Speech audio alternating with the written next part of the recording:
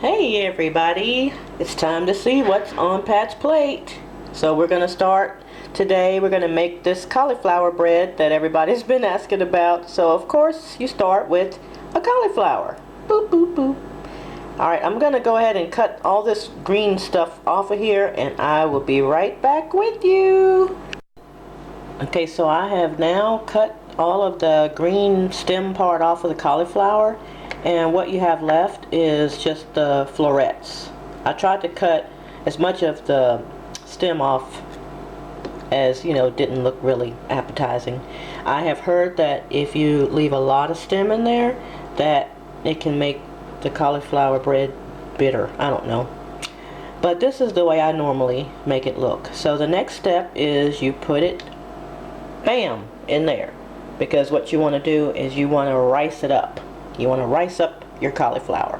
So I will do that next.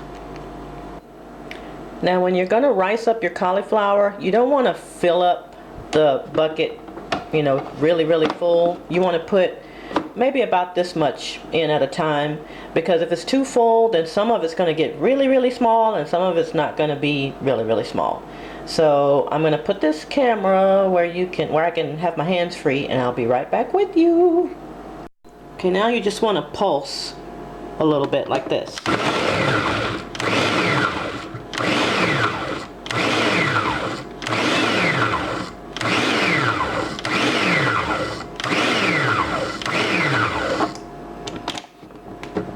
Okay, and you want the cauliflower to be this consistency where it actually looks like rice. So that's what they mean when they say you rice your cauliflower. Okay, so I'm going to do this a couple more times with the rest of the cauliflower that I have, and I'll be right back with you. Okay, so now all of the cauliflower is riced up. As you can see, it has the consistency of rice. In fact, I made a dish with this, using this instead of rice.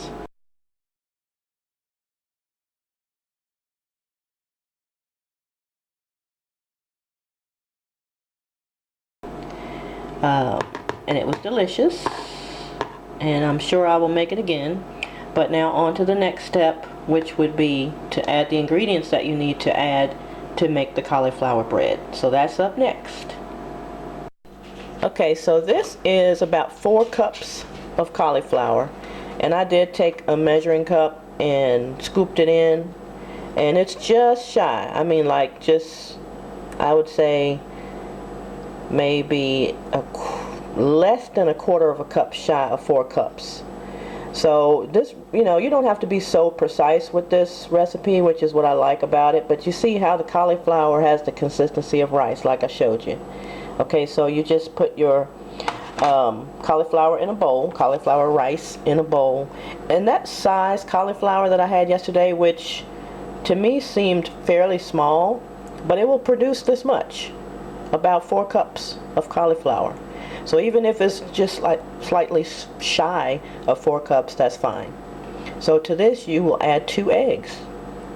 Now I don't have 2 eggs. I have 1 egg, but I do have some egg whites right there. So I'm going to substitute one of my eggs for egg whites, and that's fine.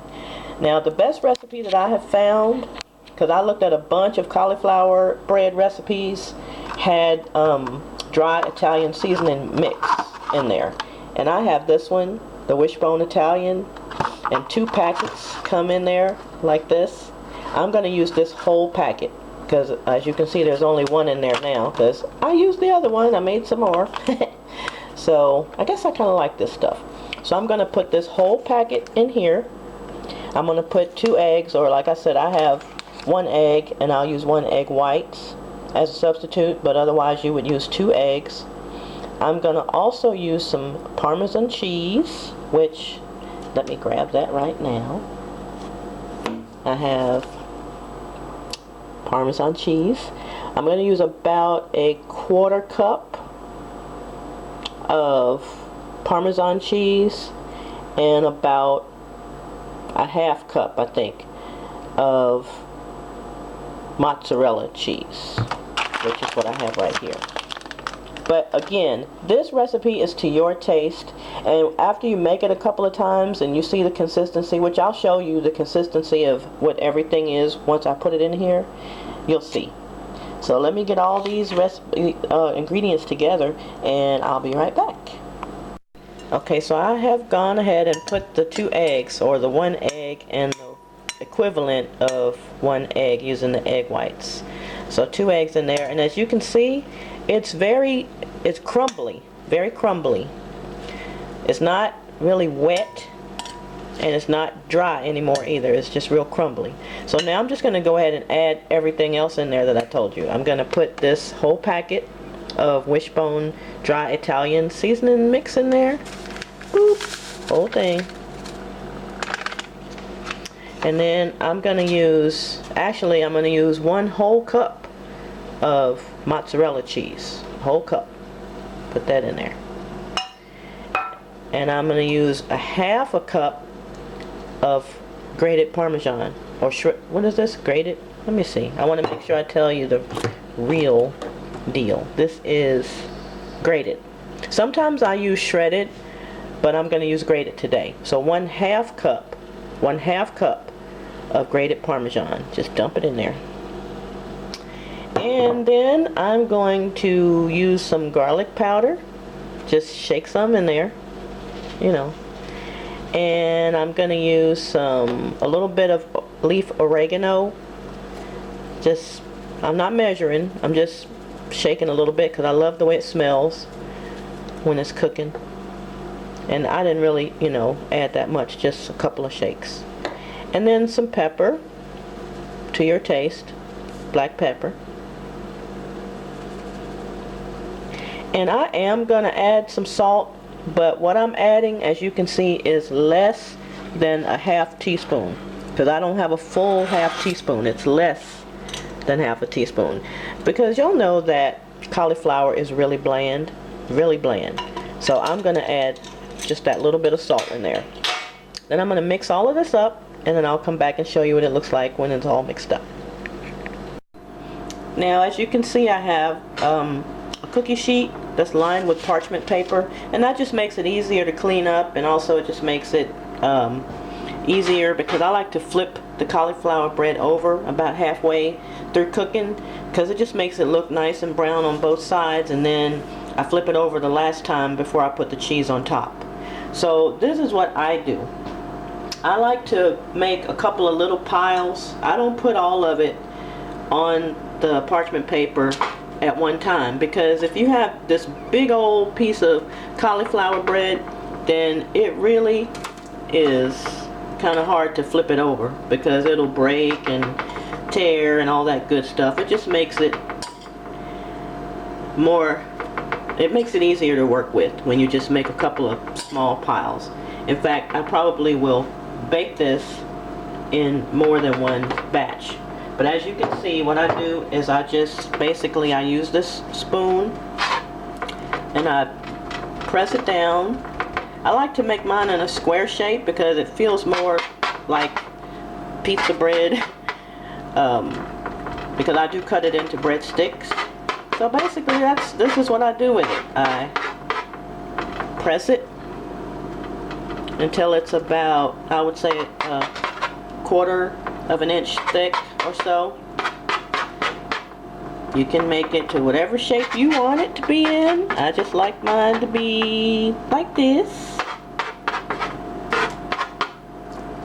And just kind of spread it out. I mean, Lord knows it does not have to be perfect, because all you're going to do is cook it, flip it over, cook the other side, and then cut it into smaller, you know, easier to handle pieces for you to eat it. Because that's the objective, right? To eat it. I know that's what my objective is. Because I love this. If you haven't guessed already, I love this. I like to have it with soup and salad and these. Or basically, if I have them in my refrigerator, I'm just going to reach in there and I'm going to grab one and eat it cold. Because that's how I roll.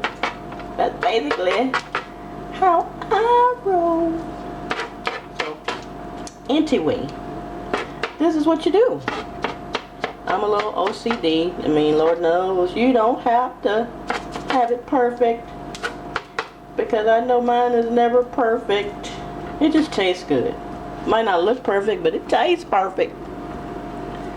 Okay, so that's what it looks like when you spread it all out. So what I do is usually I have my oven set to 375. So basically that's what it looks like. Very grainy, a lot of granules, but believe me, it all cooks together and it comes out like bread, I promise.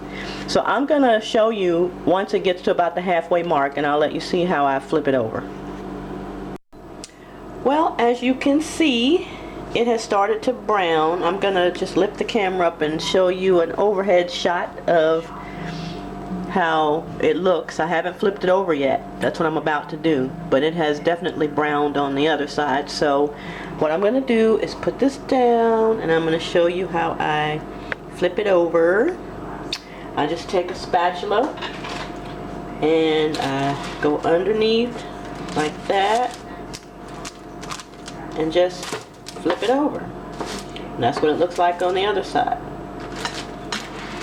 And this one, I guess I'll go from this direction.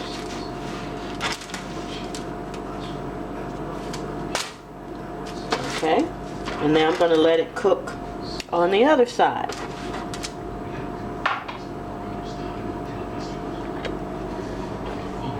And that's what it looks like after you flip it over. So I'm going to put it back in the oven for about 10 minutes or so. Then I'm going to take it out, flip it back over, and I'm going to put cheese on top so I can stick it in there and let it melt. So we'll be back in a minute. Okay, so I have just taken the cauliflower bread out after about 10 minutes. So now I'm going to flip it back over.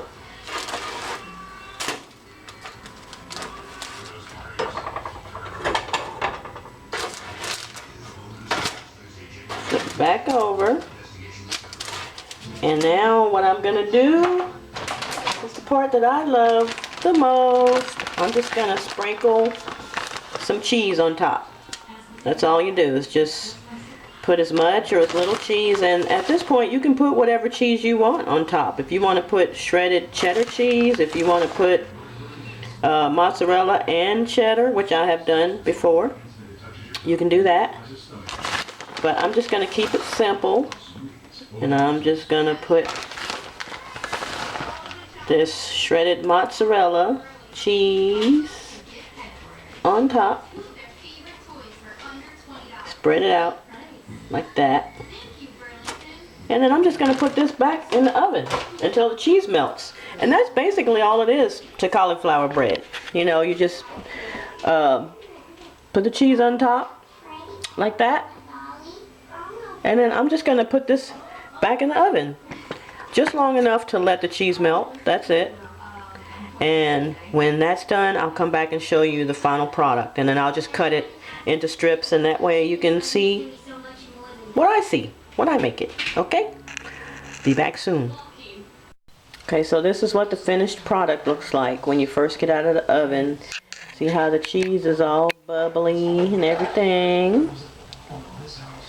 Looks very nice. So I'm going to put it on a clean piece of parchment paper, and then I'm going to slice it up so that you can see what it looks like when it's in the little breadsticks. Okay, be right back. Now, as you can see, I have put it on a clean piece of parchment paper, and I went ahead and sprinkled some parsley on top and a little bit of Parmesan cheese, just to give it that authentic pizza breadstick kind of look and feel and taste. So now I'm just gonna go ahead and show you how I slice it into breadsticks. I'll just take a regular, just a pizza cutter like that, and I just cut it. Oops. Not very pretty sometimes, but still tastes good. And now what I've started doing is, you know, especially if you're going to have some people over and everybody's going to be munching, I'll just go ahead and cut it this way too. So it makes it kind of more like, you know, easier for it to be finger food. Everybody can just have a little piece. And if you want to have some pizza dipping sauce, you can have that. Any way you want to eat it. If you want to just eat it plain, you can do that, which is what I do most of the time. Just eat them because they taste so good. So that's basically it. That's how I make the cauliflower breadsticks.